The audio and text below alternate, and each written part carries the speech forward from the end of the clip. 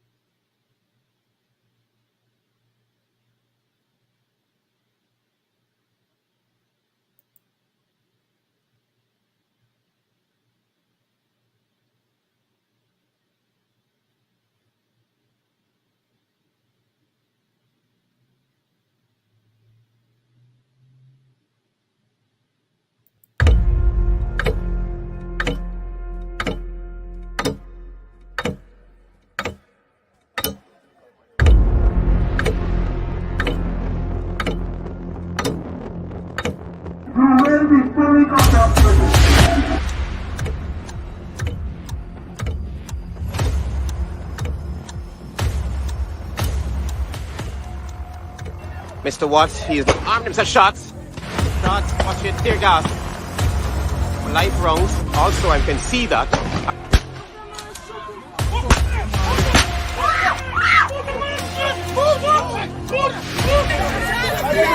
Justice for Quindon! The man is a boxer, man. I like you putting the boxer, man, to do that.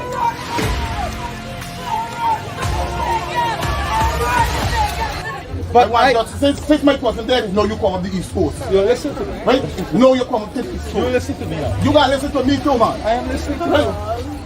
Now, I see you on the East Coast. The day when they get a protest of them, the next day, that's when you see one bigger heads come up to talk to my family. Right? And that's bad. If we didn't do a protest, we want to see nobody for justice. I'm not holding back nothing. I'm not holding back nothing. I just need justice of my family. If you hear me, black is beautiful.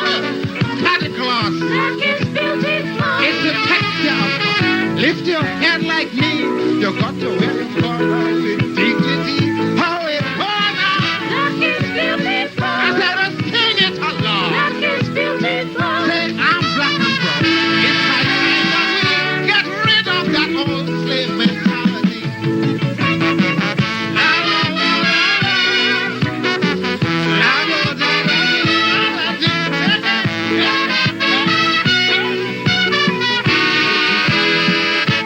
One race from the same place that make the same trip on the same ship.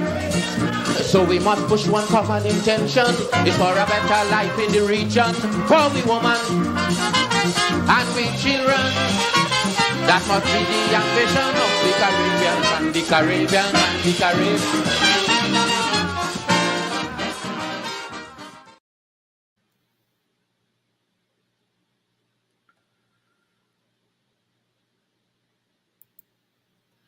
And a very good evening to you, and welcome to Politics 101, the Caribbean man, the Black Stallion,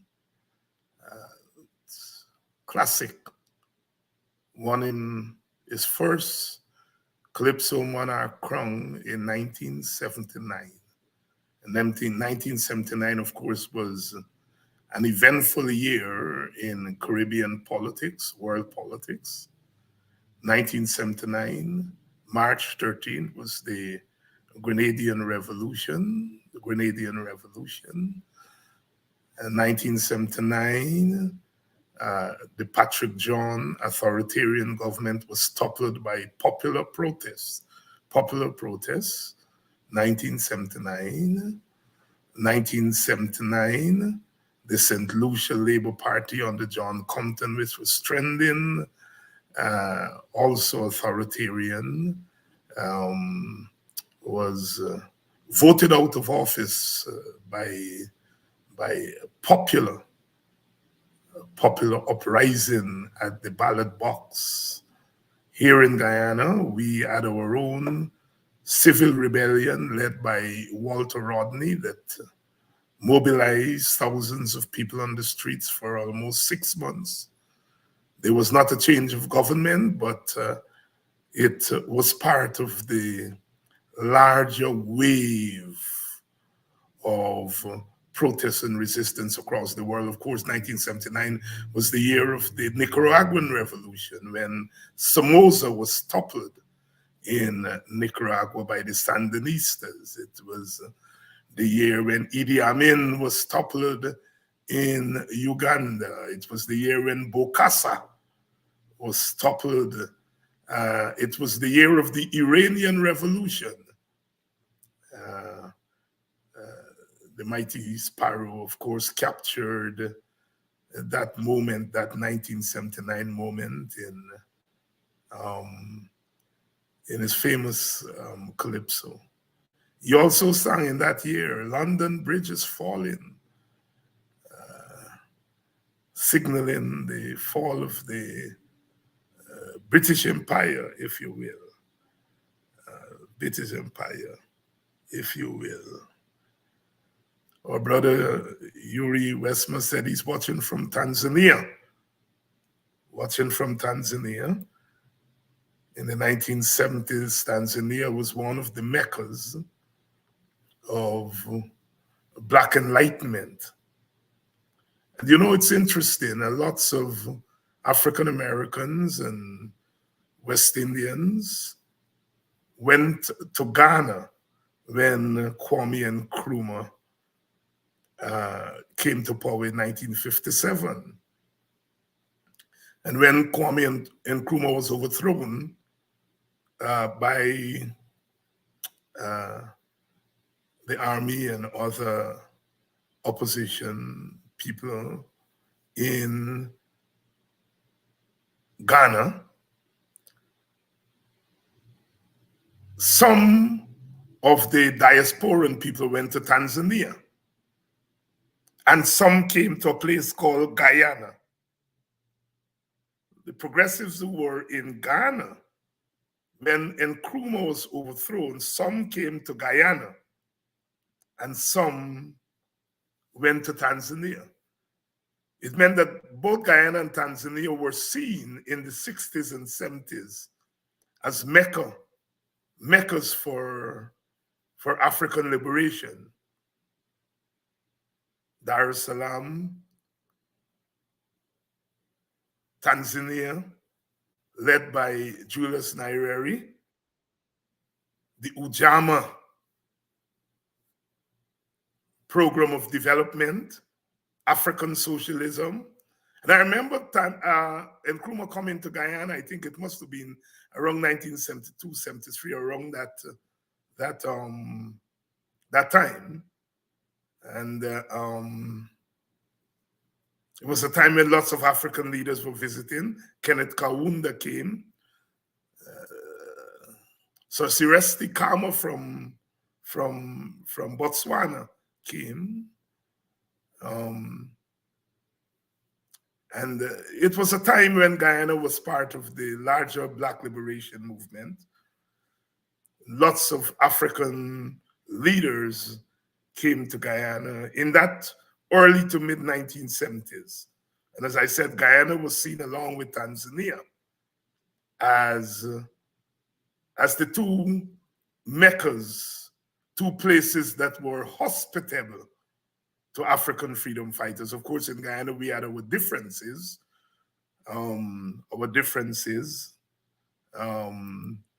know, the governmental Black power by Forbes Burnham and the PNC, and then we had the non-governmental Black power led by Guyana. An African Liberation Day that is still celebrated in the United States and some parts of Africa. The first secretariat of the African Liberation Movement was in Guyana. Guyana. What we know as the African Liberation Movement, it was actually an organization. And the headquarters was in Guyana. We're doing a little bit of Black history here today.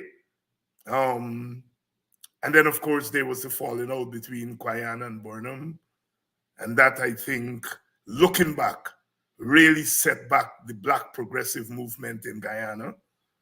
And it was not until after, in 1992, with AGDA coming on stream, because of course, you know, Askria joined with IPRA and Ratoon to form the WPA. But yes, Tanzania, that's where the whole notion of national service, Tanzania had a very good national service program, and Guyana also developed its own national service, taking a leaf out of the book of Tanzania. Good evening and welcome to Politics 101 on a Monday evening.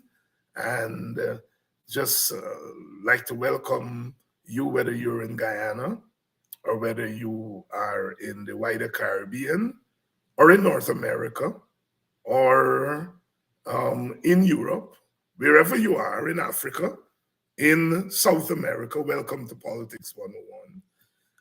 I expect Pastor, Brother Nigel London to join me later. We're going to be talking about what's happening there in Linden as the PPP seeks again to disrespect Lindeners. I tried to get the Member of Parliament, Mr. Figuera, to come on. I was unsuccessful. And, you know, it's difficult sometimes to get these guys. They're busy. But we have Pastor London, because at the end of the last program, Brother London did tell us that he was doing some protests in front of the Mackenzie Sports Club. And he kind of teased the subject, but since then the subject has become bigger, and Brother London is going to be here to talk to us about it. You know, it's a disrespect, you know. I was part of the 1823 monument mobilization a few years ago. And talking about that, this is a 100th anniversary of the 1823 rebellion.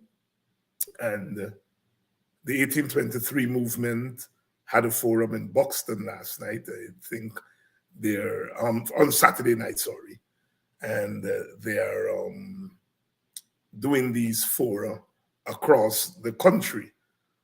But I was part of the movement that started when the government of that time, the PPP government, wanted to build a monument commemorating the 1823 martyrs. And we in the Black community and in the Black organizations and individuals that came together to form the 1823 coalition, we wanted the monument to be at Parade Ground because that's where the martyrs were paraded. After beheading them, they paraded the heads of our ancestors at the parade ground. And so we wanted the monument to go there. And the PPP was adamant that they were not going to put the monument there. They eventually built the monument at the seawall. And it was clear to us that they were never going to listen to Black people. Here we were, this is Black people business. 1823, our, brothers and sisters of the other ethnic groups weren't here. And the PPP would not grant us that wish that we wanted the monument to go where we felt it should go. We were supported by history. And they fought us tooth and nail. We had, demonstrations in Georgetown. We had a few marches from the East Coast, the Souvenir, to Georgetown, and they did not relent. They put that monument to the seawall where it still is. And I heard talk that the coalition government was going to either remove that monument and put it at Parade Ground, or they were going to build another monument fittingly at Parade Ground. I don't know what happened to that project, but I am making that point, part of it for history, but part of it to say that what's going on at Linden with the sports ground is exactly what took place in Georgetown with the 1823 monument. There is such a thing as self-determination in all societies, but particularly in ethnic societies. There must be some degree of self-determination. If the people of Linden say that, look, we don't want our premier ground to be a cricket ground. We want it to be a ground for athletics and football. My goodness, you're fighting them on that. First of all, the ground doesn't belong to the government, and as far as I understand, the ground was given as a gift by the workers, the bauxite workers. And I say the bauxite workers, people like to say the bauxite company. But there was no company without the workers. And so the workers gave themselves a gift with that ground, so far as I understand. And so it doesn't belong to central government. Yet central government goes into that community and is forcing its way against the wishes of the people.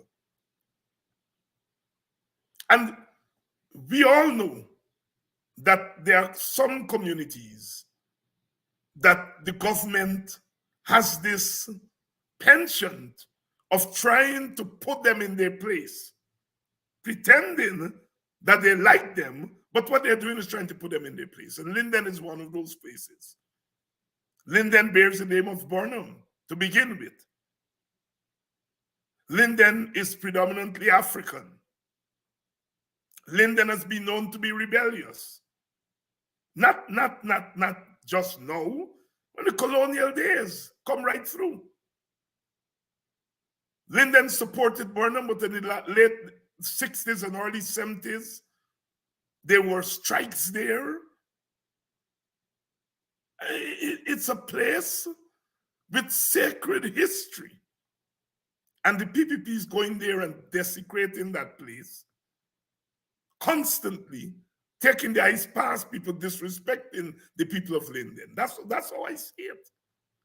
If the people say they want their ground to play football, then my goodness, you can't grant them that.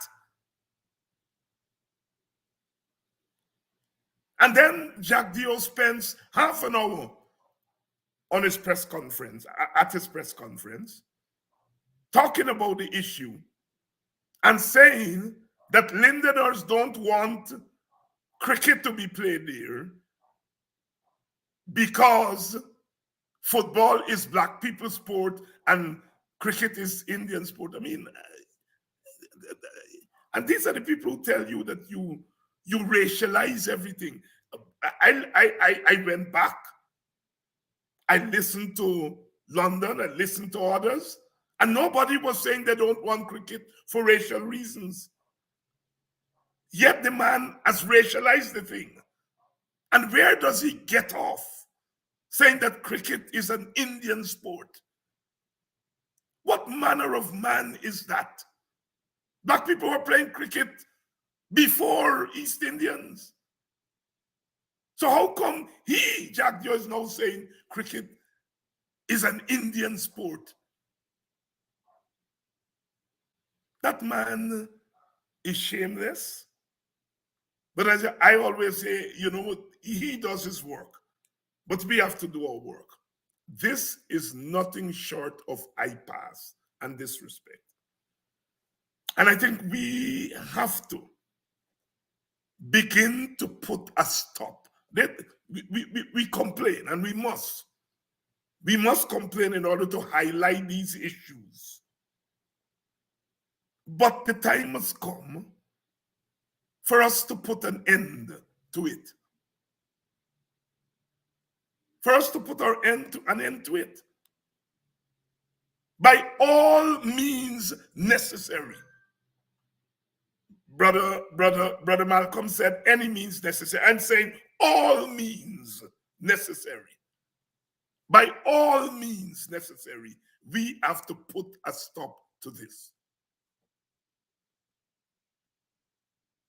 It's disrespectful, and they set out to do that. They set out because part of the grab for the economic patrimony of this country that has now come with oil, part of the grab, what they're doing in 20 years, if the PPP continues down the road that they're going for the next 20 years, in and out of government, what we are going to have is a Guyana where the economic wealth would be completely under the control of one or two ethnic groups. Of course, I mean the elite, because poor people don't own wealth like that. It would be, and that's what they're going after, and it will transform Guyana. Because with economic wealth, they would be able to buy political power. And that's the PPP's plan. And part of the plan, you see, always it's black people who are standing in their way. The Indian sisters and brothers are going along because in their head, you know, they're supporting their party. And the PPP is using that political support in order to construct a Guyana of ethnic and party political dominance. They're using the Indian vote. So, the Indian masses. So who is standing in between them? It's the African people. So what do? You drive fear in the African community. You brutalize them when it's necessary. You entice them with little gifts when it's necessary. You go into their communities and embarrass them when it's necessary. Because the only force, but not the only force, the largest force, the most powerful force standing in between you and the new El Dorado that the PPP is intending to build. It's black people. And so therefore, there is the grand design. They can't send us back to Africa. So they're going to do all that is necessary by any means and by all means. They want to ensure that we will stay here because they can't send us back, but we are going to be second-class citizens. So what is playing out in Linden with the ball field there, the ground, it's not sports. It's not sports that's playing out there. What is playing out there is deep politics, ethnic politics. Because every time the PPP disrespects black people and get away with it, they're moving 1 inch closer, 1 yard, 1 meter closer to their ultimate goal. And that is why they don't want us to talk about race. They do not want us to talk about race because that's their game. And so every time we talk about race, they get angry. I listened to Jack Joe's press conference, and he kept going back at those press conferences 9, 10, 12 times, 15 times. And they're saying that our party is a racist party. He goes back to that. Because that is the secret they don't want to get out. That their method is grounded in racial discrimination to achieve the outcome of racial domination. Of course, the racial domination as a class basis. The wealth is going to be held by the Indian elite, the Portuguese elite, with some black people throwing for good optics. So what is playing out at Linden? My thesis, and brother, I'm bringing on my brother now to see whether he sees it that way. You see, often we think this thing is about sports. It's not about sports. It's about politics, party, and ethnic domination. And that's why they don't want us to talk. David Hines is a racist. David Hines is this. Nigel London is a racist. Rickford Burke is a racist. We are all racist, according to them, because racists don't like a conversation. And before I bring on my brother, I just want to say one thing. Parties are not racist. Parties are made up of people of all walks of life. Some of those people may be racist. Most of them are not racist. So party can be racist. And every time I hear these people talk about race, I realize how ignorant they are. Some of them willfully ignorant. Some of them don't know better. A party cannot be racist. But a party can pursue racist policies and the racist agenda. I don't know whether Jack Joe is a racist. What I know is that he leads a government that is engaged in racist policies and has a racist agenda.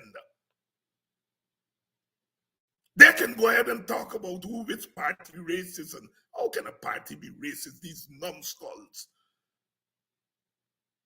Socializing an entire generation of Guyanese who would not know the meaning of race and racism, including black people.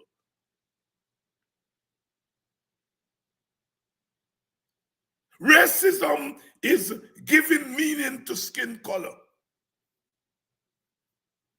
If you give this skin color $40,000 and put on a red jersey on them, you're saying there is a meaning And if there's another skin color that you give land and you give contracts, you're saying that skin color has a certain kind of economic meaning, a different kind of economic meaning. That is racism. And when you have the power to put this meaning into policies, you're taking racism to the structural level. And I want you all black people, do not fool yourself. Because sometimes you all adopt their definition of what racism is. They don't care about racism because they are not the ultimate victims of racism. It is, yes, East Indian people, when they come to places like America and so on, they experience the same racism as we do. But in Guyana, they are not the victims of racism in the same way. I'm not saying that they don't experience racial prejudice at the personal level, black people cussing them in weight. I know that that happens. But it is not accidentally that the police force is more likely to shoot black kids than they shoot Indian kids. It's what you call the value of life, a value gap. And so those people don't care about racism, the leaders of the PPP. They don't care because they are not instant victims of racism. So they can throw foolishness around the place. And they espouse us when they define racism as somebody saying, I am black and proud. They espouse us. They're trivializing 400 years of victimhood. And I'm telling you, we have to get to the point in Guyana where we fix ourselves as black people. And the way to fix ourselves is we got to get our story right. Good evening and welcome to Politics 101. I've taken up enough time. Let me bring my brother in. Brother Linden, good evening. Greetings to you and to those of you who are joining as well and viewing. Greetings to you all. Thank you for having me here and to share this moment with you. Am I crazy? You've listened to my introduction. I have. Quite interesting. No, you're not. Or if you are, then we are both crazy because you share very, very similar ideas regarding these matters surrounding what appears to be casual and light situations when they're actually not. They're much deeper than what meets the eye. Yeah, when you left this program 2 weeks ago, I think, you ended the program and asked you what's happening in Linden. You ended the program by saying that you were preparing to go out the next day to continue your protest at the Mackenzie Sports Club, and you gave us an explanation of what was happening there. Since then, the matter has exploded into the media and into the political sphere. Now, take us back, first of all, to where this whole thing began. Where did it begin? Thank you for asking, and thank you for understanding or helping those who watch your program to understand the value of Genesis and the value of understanding the origin of things, because it gives perspective. It helps you if you have a rational mind to understand why things happen and how they're so connected. In the year 1956, the Mackenzie Sports Club was given a pavilion as a gift from the Demerara Bauxite Company. But the maintenance of that facility was had through an agreement made with workers. Workers, as it is the power system in Linden, said, listen, you can make deductions from our wages so that this facility can be maintained. And that is important to note. The spirit of community was so rich then that workers were in agreement that they could have deductions made from their wages to maintain a facility. Now, for 50 plus years, it was an understanding that this ground, Mackenzie Sports Club, is essentially a community ground. But technically speaking, it's a members club because the donation was made to the members of the club, the Mackenzie Sports Club. And in 2019, somewhere around there, I think it were, or yes, it would have been somewhere, Tashira came and they sought then to make inquiry as to whom. Well, Nissel actually, let me go with Nissel before her. Nissel wanted to find out who owns the Mackenzie Sports Club, and that's important because Charles Ramsden later said that Nissel handed this ground over to the government. And I asked the question, how can that be possible? Because for you to hand anything over to anybody, you have to be the owner of it. There is no Lindener who I know who has any knowledge of Nissel owning anything called Mackenzie Sports Club. It has never ever crossed their mind. I'm a member of the said club. I pay dues to the club, and I've never seen anything. I know the Mackenzie Bridge, for example, there is Mackenzie Bridge. Nissel has an account they have to give account for in reference to the intake at the bridge. I know of nothing whereby the Mackenzie Sports Club pays anything to Nissel or gives Nissel money. But Ramsden said that they had to get a grant in an oil-rich economy. They had to get a grant from the Chinese government. And in order to get this grant, they had to prove ownership, the government. And in order to prove ownership, Nissel handed them over, gave them this ground. Now let me go back one step. The same Charles Ramsden in January said that Mackenzie Sports Club is owned by the people of Linden. That's what he said. He said it's hogwash, it's nonsense. The government doesn't want to take over anything because it's a people's club. They can't take it over. The same person a few months thereafter said that they had to prove ownership. Hence, Nissel gave them the ground. That is theft. Because we are still sitting and I'm asking the question, how did Nissel acquire this ground? How can Nissel acquire this ground? Now permit me to labor a little bit, please, because it's important for people to understand. Before that Gail Tashira came and made an attempt to say, well, this ground belongs to the government of Guyana, she was taken upstairs in the pavilion, the lounge where we members and so on can sit, and she was shown a plaque on a wall. And once she saw that plaque, Gail's argument or Gail's questions ended because Gail isn't as silly as some of these little boys you have now. Gail knew, and you first may not be able to see this properly, but this plaque right here, Gail knew that this plaque meant something, that it was clearly stated that this is a donation to the Mackenzie Sports Club. It cannot therefore be owned by any government. But this regime that we have, instead of doing what Gail did, which is to simply leave and say, okay, then I cannot argue with this. We simply have to make some more inquiries, but we cannot challenge what is before us. This set of hooligans have decided that they'll disregard even what is present. And they'll come into our town, not only change or seek to change our culture in reference to this mecca of sport, but to deny us of our constitutional right, which is the right to participate. And this is an important point, Dr. Hines, because enshrined in our laws, Article 13, Article 38, Article 149, speak clearly to every citizen in this country having the right to participate in anything that's deemed beneficial to their community and their well-being. Now, how could the PPP come to Linden and construct a cricket stadium right in our faces without us having, up until today, the opportunity to see what they're building? They even had the nerve to tell me that I cannot record for you and others to see what they're doing at that ground. A Trinidadian told me that.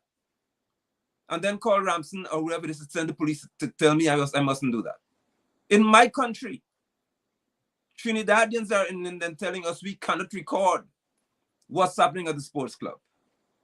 So this matter at Mackenzie Sports Club is very serious. It's even more serious because we have national athletes. Linden Region 10 has got the record for inter-school national championships, track and field and swimming, cycling as well. The record in terms of wins. This last championship they had, they unceremoniously dumped our athletes out of that ground. Mr. Gravesani, the coach, was asking them for a few weeks because Nationals was coming up in about 2 weeks or so. Please give the children a chance to practice on the ground, and then when Nationals come, they leave, you can begin to do your work. When he called to find out if the athletes are training, they said no. The ground is being dug up, and they're on the road in Linden with Dr. Hines, running on the street. Sprinters are having pains in their joints. This caring government put our children out. Why? Because they are predominantly Africans. So I asked a question before we proceed. I asked a question of people in a group who are supporting this foolishness. I said to them, can the PPP do this at Everest Cricket Club ground? Can they do this at GCC? Can they try it at Rose Hall or Albion? And all of the PPP supporters cannot answer me up until today. This is almost 2 months I've asked this question. I've asked at least 3 times to tell me, and Norton is aware of this because he's in the same group as I am. I dare them to tell me whether they can go to Everest Cricket Club ground and just dig it up and say, well, listen, man, we're developing this ground. We have nothing to say. You'll see it when we finish. That is why I'm speaking to the fact that your point is critical. Why would the PPP not do this at Everest? And why can they do it at MSC? We have to address that and delve into it in the deepest manner, because it's critical for Guyanese to understand the point. Why, I ask again, can they not do this at Everest? And why can't they do it at Mackenzie Sports Club? Why are they so free to do this here? What makes Jagbio so important that he could tell me, a Lindener, that I must play cricket or watch cricket at Mackenzie Sports Club, and then I must go across the bridge, go up to a place called Bayrock, and that's where I can play football? Who is he to determine our culture in Linden? Yeah. The Constitution prohibits that. Yeah. This is a criminal act. Yeah. And the point you make, I mean, they can't do that at Albion because, first of all, they have respect for the Indian Guyanese. So they're not going to go into Indian Guyanese communities and do that kind of thing. And this respect is not just because those people vote for them. The PPP doesn't respect you for your vote, but there's a cultural respect that will prevent them from even thinking about doing that at Everest or GCC or Albion or Enmore and one of those places. So that's one. Second, the Indian people are not going to take it. And this is, I want to talk to black people here tonight, my brother. Indian people will not take it. They will not take it. Black people are taking it. And because we take it, they continue to do it. So the point you're raising there is the deep point, and that is where the racism is. The fact that there's a value gap. You don't have respect for the integrity of black people. You don't feel that their integrity is the same as Indian people integrity. And there's a value gap. And it is that value gap that then says to you what policies you can carry out where. And that's so important, Dr. Hines. It's extremely critical to know that, because when Ali went to Palmyra in Region 6, Ali said the new stadium will be built here. There's a sign, a huge sign showing what the stadium will look like, an architectural concept. We don't have that in Linden. I said you don't even have that degree of respect to show the people in Linden what this facility would look like. Let me break the hearts of African Guyanese in this country. There's a young man named Yannick Charles who's a liaison between the administration and the club and so on. He's a member of the club. Kashif Mohammed's son is Greg Charles, I know Kashif to be. He said, he's a liaison now, officer said that we who are asking questions, what would this facility look like? There's a basketball court, there's a swimming pool. We had track and field, we had cycling. What is going to happen to all these sports? He said that we will get respect when we support what they're doing. Do you hear that? Yeah. This little boy, this little PPP stooge is now saying that we will only get respect when we support what they're doing. Further to that, they said that they would not show us the plans because if we see the plans, then we're going to object. So Guyana is not dictatorial in reference to the PPP's behavior. But they're saying to you that the only condition on which you can see what they're doing is if you accept what they're doing. If there's any objection raised, then you are not going to be shown these plans and this drawing. So what they did is they said, we're not showing you all anything. Because if we show you these drawings, you're going to object to what we've shown you. That is most dictatorial. It is bullying and it is disrespectful. What breaks my heart is to know that there are political figures in the opposition who are fully aware of this and are yet to stand for even 1 minute in front of that club to say, this is wrong. We are going to stop this disrespect now. Yeah. I tried to get MP German Figueroa to come on here tonight. I didn't get a response from him. He's usually a very manly young man and responds to me when I have made inquiries, but I could never pin him down. I wanted to get him here tonight to give the perspective because I heard him at the press conference the other day, but I haven't. In case PNC people are on here and they're hearing this, please tell Mr. Figueroa that I am waiting for a response to him. I wanted him to come here tonight to give the perspective from that side because Mr. Brother Nigel London here is giving the non-partisan perspective. Now, my comrade Ali Majid, who was a bauxite worker back in the day, WPA member, here's what Majid is saying. And I want you all to listen. It's on the screen.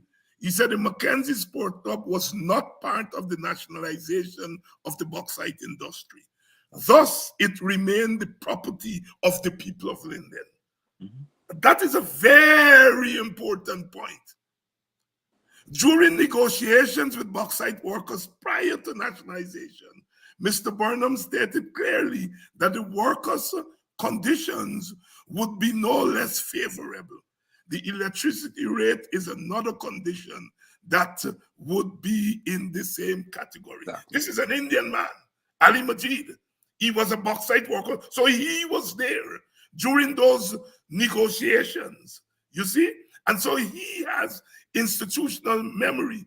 You know, we have Stanley Humphrey Collins, who was also part of that group of workers there. Stanley's not doing very well health-wise. Let's keep him in our prayers. But Ali Majid, my WPA comrade, was there.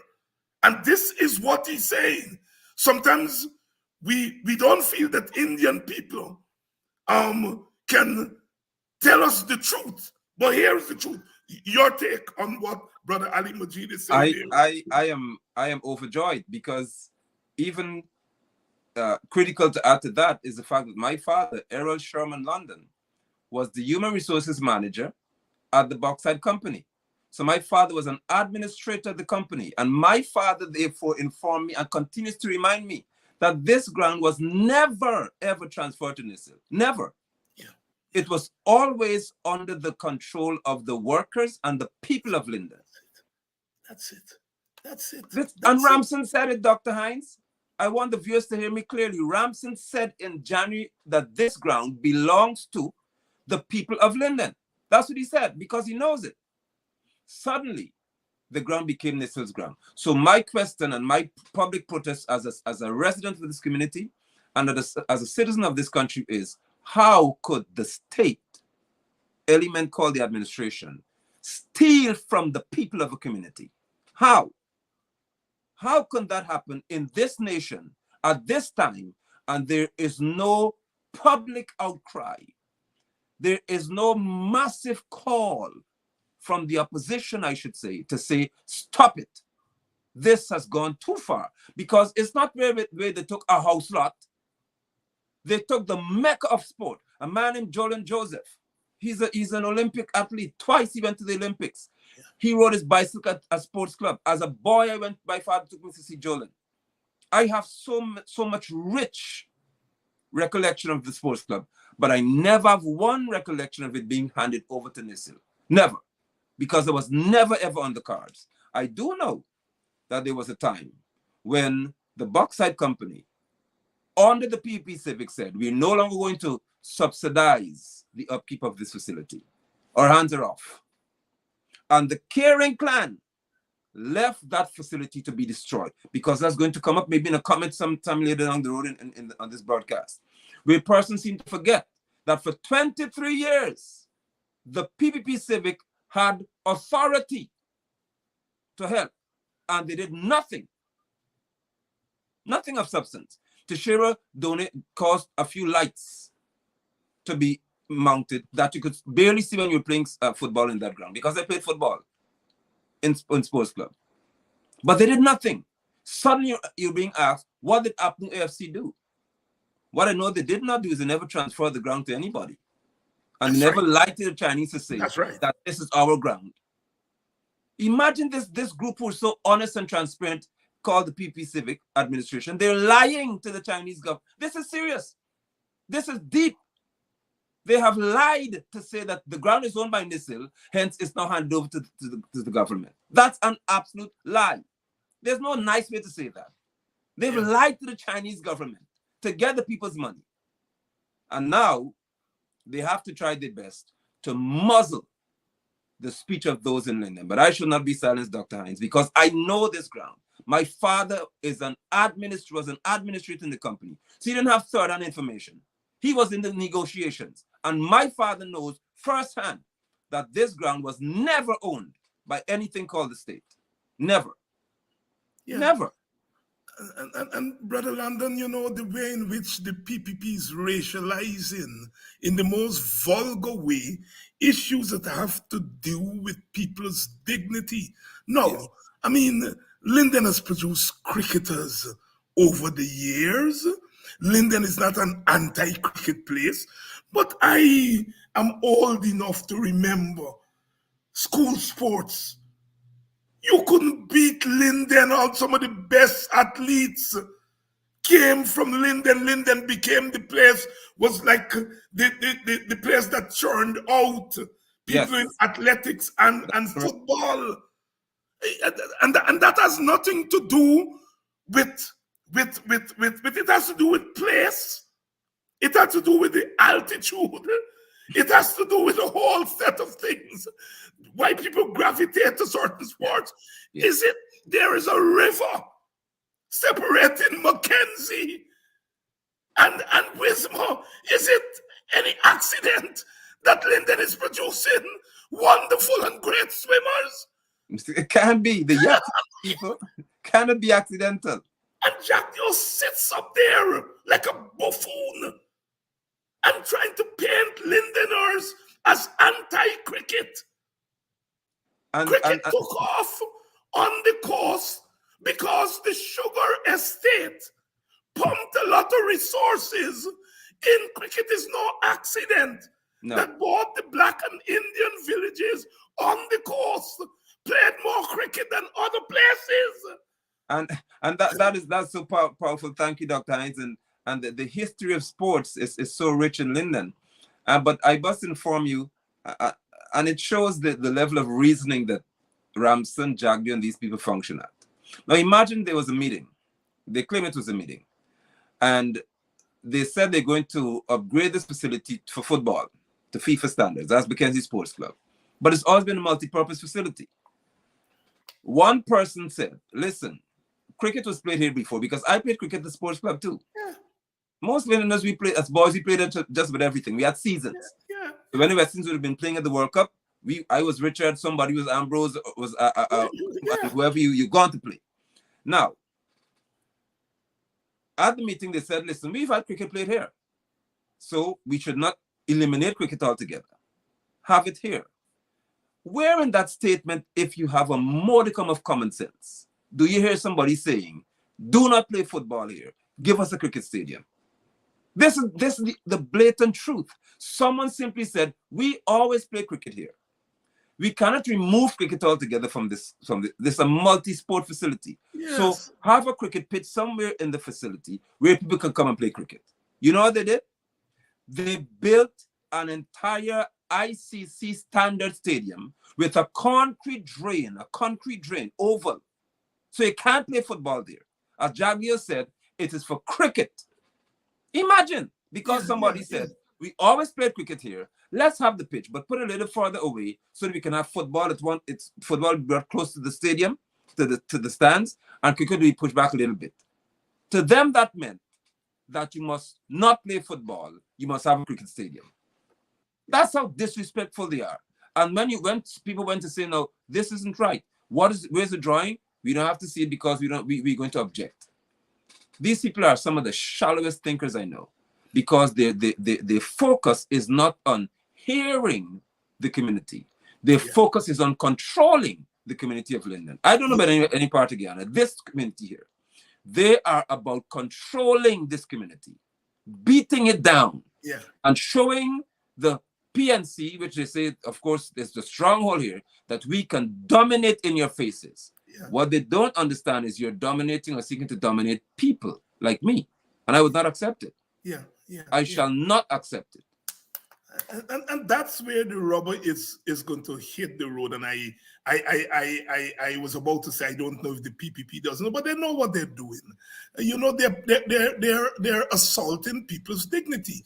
Ethnic groups fight over the threat of disenfranchisement, the threat of dispossession of tangible resources, and the threat to their honor and dignity.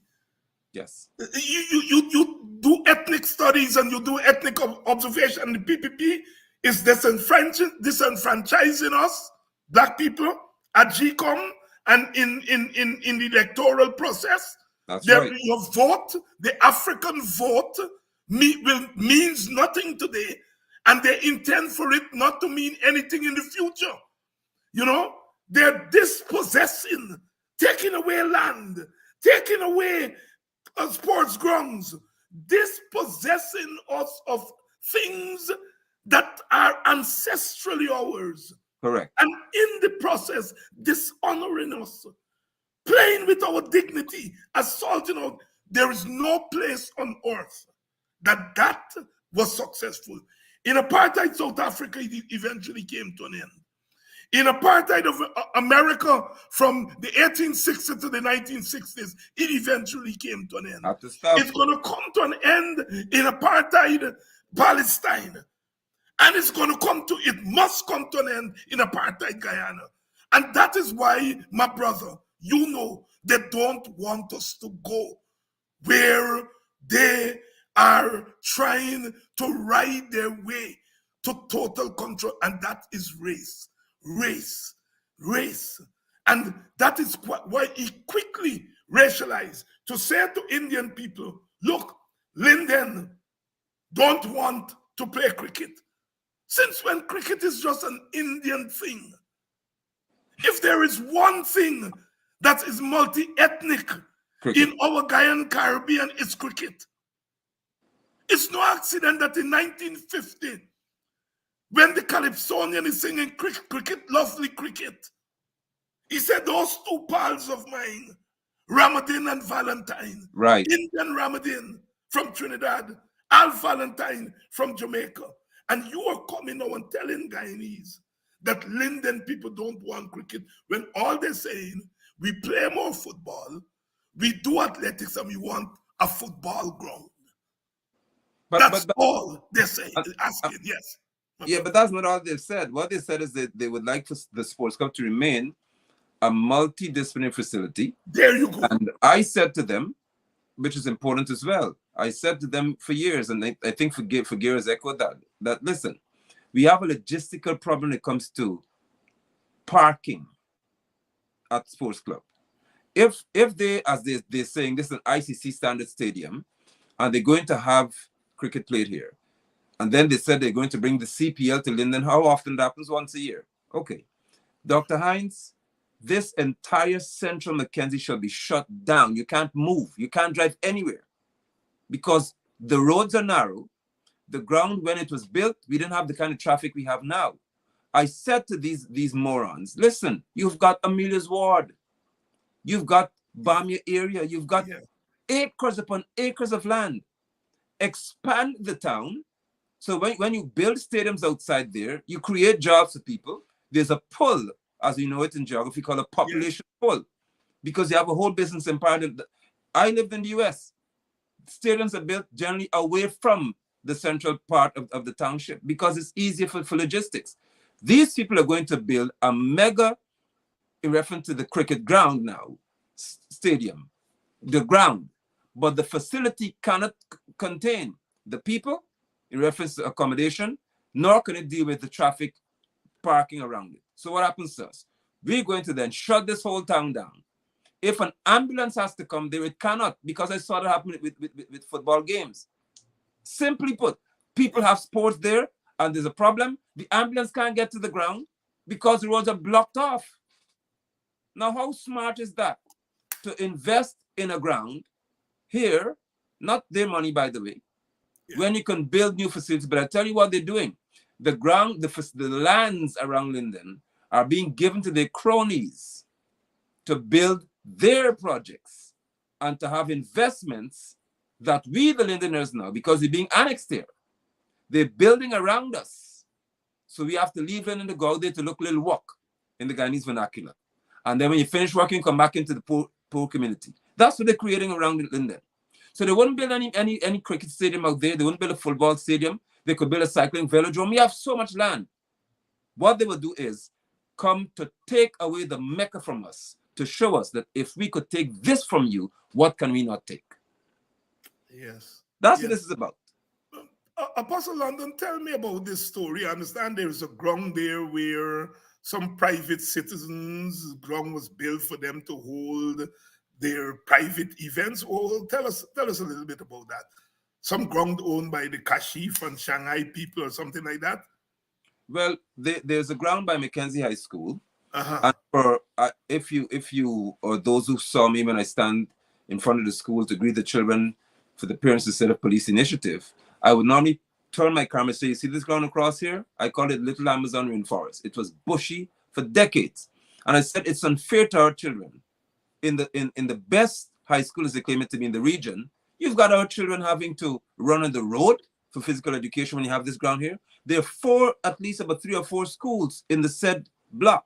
Regma Primary School, and there's a Harmony School right beside us. I said, okay, is it not easier to have this facility, this ground cleared, built up so that people can use it?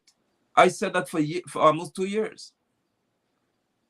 Suddenly, I saw the ground being cleared, debushed, sand is being brought there, and I said, well, at least something is happening, only to discover that because there's a town week event and the sports club has got the grass planted for cricket, the sports club where they used to have the all black party, hosted by New Era Entertainment, I think that's Shanghai Sun or one of them, they can't use that anymore.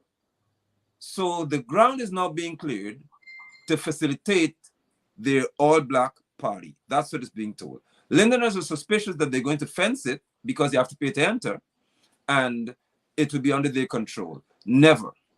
I submit to all on this broadcast that anybody who puts a chain on that ground to say that Lindeners cannot go inside, especially school children, I will break it off. You're not going to deny any child in this community the right to have freedom to play in a community space.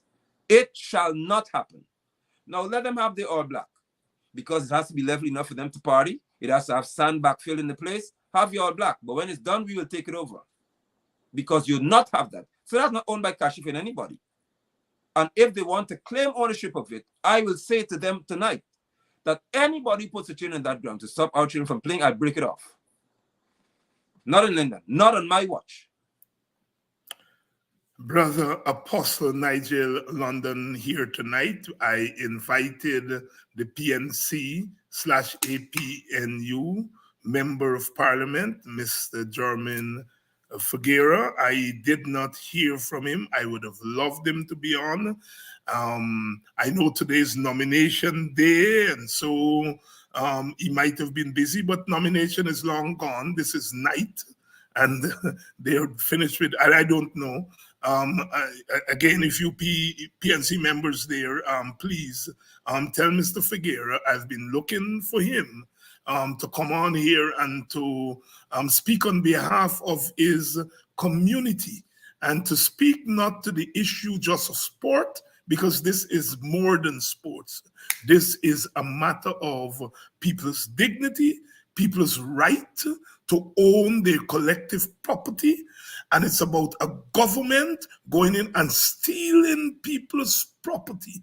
Yes. And we know that when the government steals these properties, it's not for the use of the general good. These properties end up in the hands and the control of their friends. Of their friends. Brother London, today was nomination day for local government elections. I saw you on, I think, the Mark Bencher program, and he was asking you about running for mayor of Georgetown, Linden. And I have to say that I would give you my vote as mayor for Linden in a free Guyana, a free Linden, with a free and fair election. And what's your take on what went on today, a nomination day? Well, before I speak to nomination day, I would like to remind all Guyanese that in our municipalities, no one elects the mayor. The mayor is elected by the councillors. There's a caucus. So I will continue to advocate for that to change, because we have to have a constitutional change in that regard. I believe that the people should elect who should lead them, even at the regional level. Let the residents of a community elect who they want to lead them, and there's great accountability in that regard. And as a result of that, I do not see the wisdom in pursuing anything called local government, because you're not governed locally in the first place. This is a sham. Daramalal sits in Georgia and calls the shots about Linden. And he can block, as he is doing according to reports, $5+ million from getting to the hands of the council to do their work. But today was an embarrassment, a disgrace, because I am privy to a voice notice in my phone where an element of the PPP Civic called those who had temporary jobs, those who work 10 days a month or whatever it is they do, and say, listen, at 8 o'clock this morning, you have to report to the headquarters there in Linden. Report. Don't worry, but you have the day off, and you're going to be paid for the day. You have to report. So it's obvious that the people who were there, many of them, I saw them, they're the temporary workers. So they were told, we have the voice notes in our phones, they were told that they have to report to this facility called the PPP Freedom House in Linden. And you join the line and walk, because if you don't walk, the people have reported, you shall be fired. So this was a farce. It was a shame. It was a disgrace in our community to see that is what Linden has descended into. But important to note as well is this, that even in this town, we are seeing the PPP versus the PNC. And that is not what local governance should ever be about. So today was an embarrassment to what is called local government, because you have two parties known as major political parties, the administration and the opposition, and even worse, one Edgil who doesn't live in Linden. Viewers, Edgil is not a resident of my town. Edgil was at the front of the line leading the people to nomination at GCOM's office. What foolishness is that? How can you have somebody who's supposed to be a minister in the government coming to this town to lead people in a local government line to submit their names to candidacy? That is a message that you're seeking to intimidate people by politics and power. After that is our Prado, our Land Cruiser, has drove him to the Watuka guest house, because after all, the minister's in Linden. On nomination day, you people are disrespectful. But what did I do? I said I'm going to sit and I'm going to watch. The Prophet Habakkuk said in the Bible, I will stand on my watch and I will see what will happen in this town.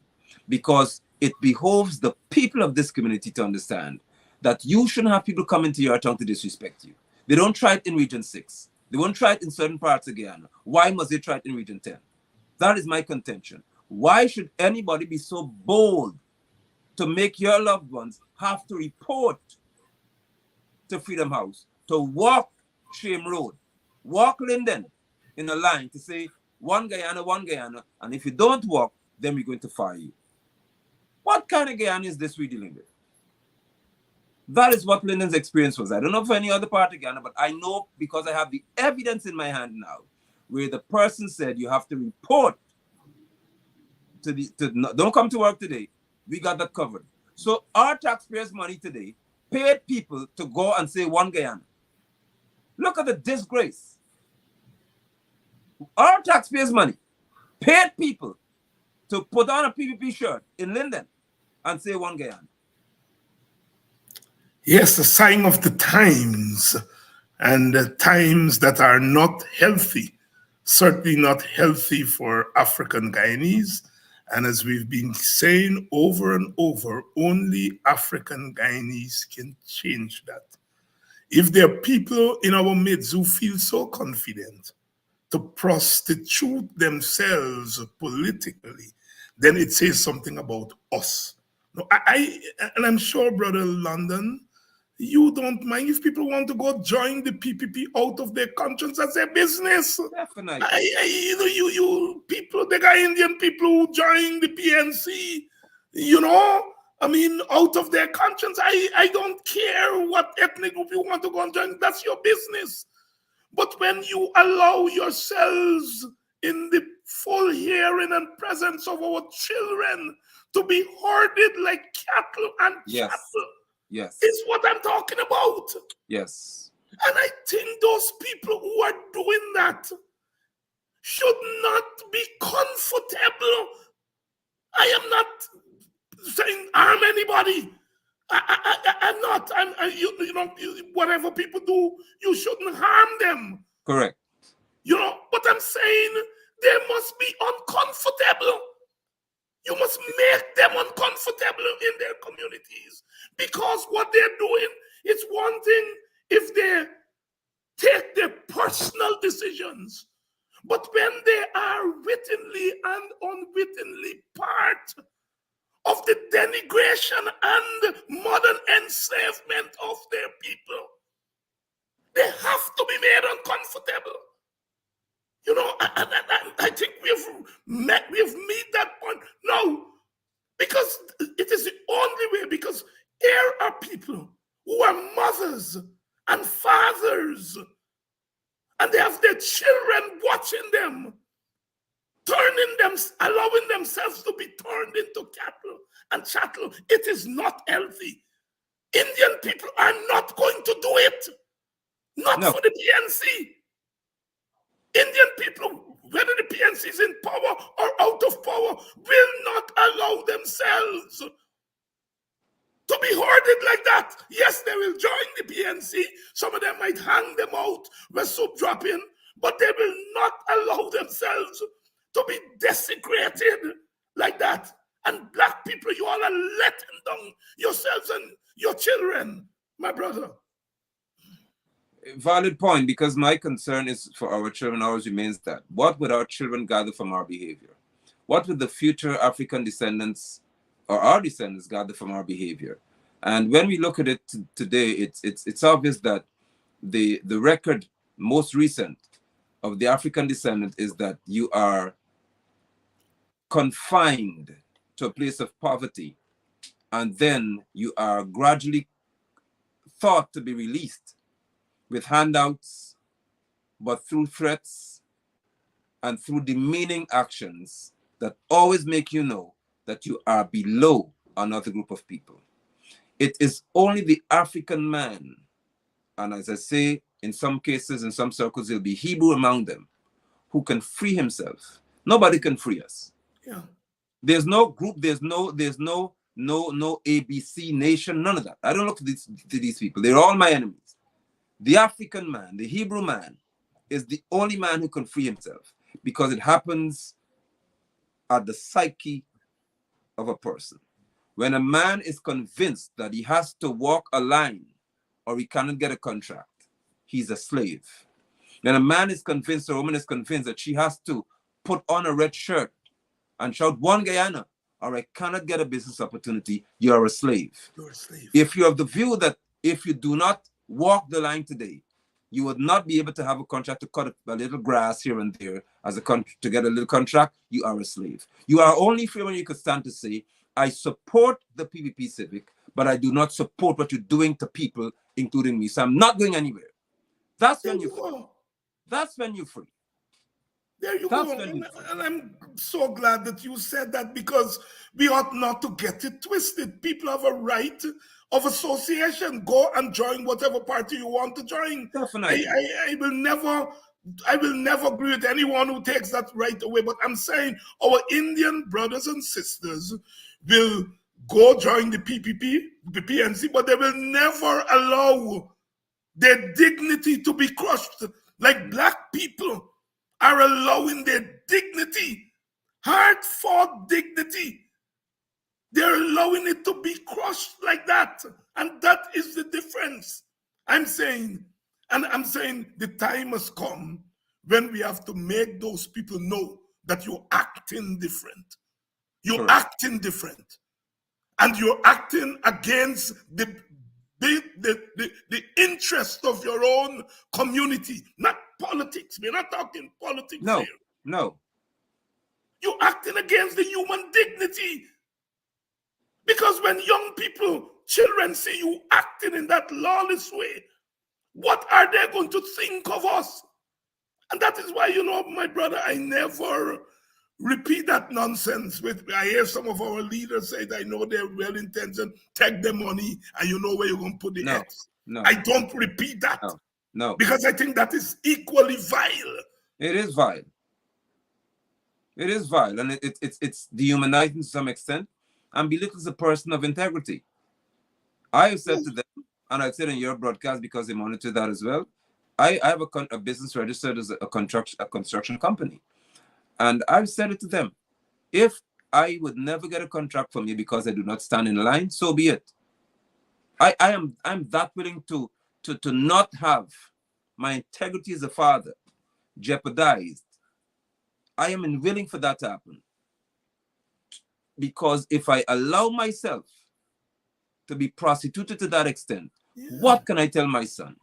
What can I tell my daughters? That daddy is wearing a red shirt today because daddy has to eat? Come on. You don't eat through color, you eat through work. And there's too much for us to do in this country for us to have to rely on any one group to feed us. Linden is a very industrious society. We are known to be people who plant a lot. We just don't farm on a large scale. So we know how to feed ourselves. We know how to get by. What we've learned to do through this new generation, what they've learned to do is to accept from their oppressors gifts in order to oppress their brothers. And that has to stop. That is not how we've been trained to function in this community. We've always stood for one another. We've always fought for each other. Do not allow yourselves to be brought down to such a low place where you accept a handout from your oppressor to oppress your brother. This is not us. We're not going to change our culture in this community. The thugs and the the thugs and the criminals who want to support that behavior, I will stand against you at all costs, because it's my duty to do so as a man, not as a Lindener, as a man. It shall not happen. Brother Apostle London, thank you so much for coming on tonight and really helping us to put what's happening in Linden in its proper and its common sense perspective. I am always grateful for your input on this show. Thank you so much. My pleasure. Thank you for having me. Thank you. And brothers and sisters, I as you can see, I'm pained tonight. Not because people decide they want to join the PPP. I don't belong to the PNC. I've never joined the PNC. I have that right. And I'm not going to deny somebody a right to go join a party of their choice. But when you are conscious of what the PPP is trying to do to blackness and black people in this country, and you are going to willingly prostrate and allow yourselves to be used, something is wrong with that. And we have got to start ringing the bell. I have been very patient, but we have got to start ringing the bell and let those people know you're different. You're different, and you've committed an offense against blackness, against Africanness. Because by your action, you are feeding into this new narrative of the African inferiority. That's what one Guyana means. It's not one Guyana when it comes to sharing power. Jack Hughes said they're not sharing power. So there's no one Guyana when it comes to power. It's not one Guyana when they're sharing money. So what is one Guyana without political power and economic power? It's a sham. And you all are joining that sham. Those of you, you might be a minority, but people are watching, children are watching. And we have got to let those people know that you're committing a grave offense against our community. I'm not asking anybody to harm anybody. I'm totally against that. I'm not asking anybody to go about and beating people and those kind of things. No. There are many ways to skin. I was about to say a cat, but there's many ways to skin a snitch. There are many ways to skin a snitch. Because that's what they are. Man to man is so unjust. Children, we don't know who to trust. Your worst enemy could be your best friend, and your best friend your worst enemy. Some will eat and drink with you. Look at Patricia Chase Green. The PPP privilege or over people, the PN, the coalition, privilege or over people like me. They give her privilege over people like me, fighters like me, and Lincoln Lewis and others. Look where she there now. I hope the PNC learns. Some will eat and drink with you. Then behind your back, they sus upon you. Only your friend know your secret. Only he could reveal it, only he. When I look at that lady today, it's all right to do what she wants to do. But when I look back, she was mayor. She got privilege under the PNC, under the coalition. More privilege than people like me who fought to bring the coalition to power. Look what she did now. Sisters and brothers, parties, political parties are important. They are important to our politics. But political parties can sometimes play games, and people play games with political parties. Political party play games with people, but our community cannot play games with our dignity. And those who have decided that they are going to lead us like lamb to the slaughter, they ought to know. They ought to know, the community has to know that they are different from us, or they're acting different from us. They must not be allowed to believe that what they're doing is acceptable. It's not acceptable. Our Indian communities would not allow that. You can't even join the PNC if you're in an Indian community. Much more to go and sell the dignity of Indian people. But black people are allowing, some black people, I know they're a minority. I know they're a minority. And so I am not concerned about how many votes we lose, because I don't think Patricia Chase Green can carry any vote away from the PNC. I don't believe that. And the PPP doesn't believe that. But the optics,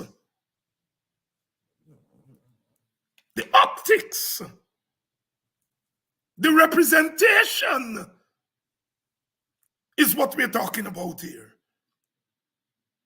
What we're talking about here. And so we have to let them know from tonight. We've got to let them know that they're different. They're different. And that kind of behavior, we don't want to be normative in our communities. Go join your party if you want to go and join your party. That's your business. But do not, in the process of doing that, sell black dignity for a mess of pottage. Sell black dignity for a penny. That is my issue with you. My issue is not you go and join your party and you whatever you want to do. That's not my issue. But when you openly allow yourself to be used as props to cut the throat of your community, well then we part company. Thank you all so much for coming on tonight. I leave not in the best of moods, but we live to fight another day. And tomorrow I come back to resume this fight. And you all have to join this fight. You all have to join it. Join the fight. Thank you all so much. God bless you all. Those who stand on the right side of the river Jordan.